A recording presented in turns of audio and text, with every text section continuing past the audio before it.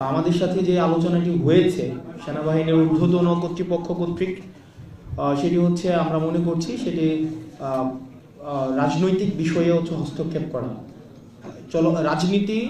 রাজনীতিবিদরাই নির্ধারণ করবে রাজনীতির ঘটনা প্রবাহ বা চলমান যা কিছুই পরবর্তী রাজনীতি কোন দিকে যাবে সেটি রাজনীতিবিদদের হাতেই থাকা উচিত। তো সেই জায়গায় আমরা সন্দিহান বলেই হচ্ছে আজকে গতকাল আমার স্ট্যান্ডটি নিতে হয়েছে।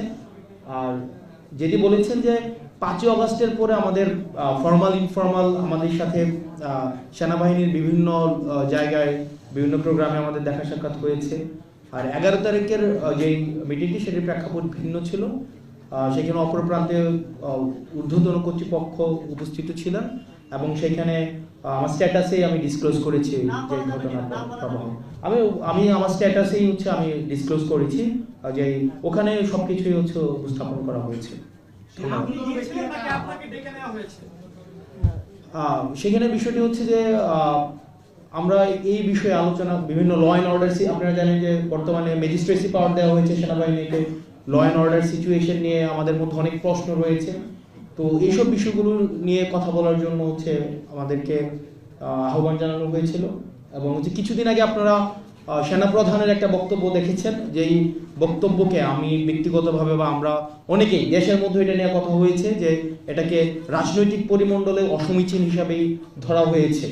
যে অন্তর্বর্তীকালীন সরকার প্রধানকে যেভাবে অ্যাড্রেস করা হয়েছে, যেভাবে অন্তর্বর্তী যে ইনক্লুসিভ যেই নির্বাচনের দিকে নির্বাচনের ইঙ্গিত করা হয়েছে আওয়ামী লীগ সহ, তো সার্বিক বিষয়ে যখন আলোচনার কথা বলা হয়েছে তখন গিয়েছিলাম।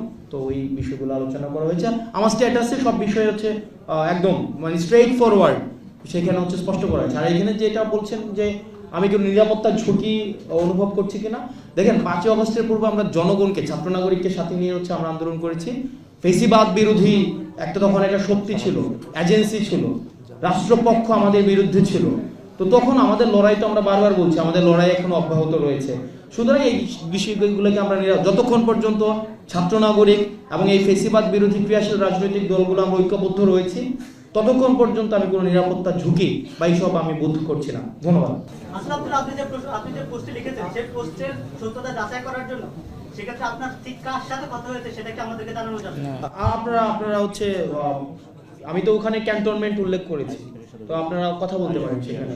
এবং আমরা বলেছি যে এক্ষেত্রে দেখেন 5ই আগস্টের পরে আওয়ামী লীগ পুনর্বাসনে আওয়ামী লীগ একটা বারবার আমরা বলছি যে এই দলটা এখনো পর্যন্ত কোনো জায়গায় আপনারা দেখছেন রিগ্রেট ফিল করছে কোথাও অপরাধের ওই যে একটা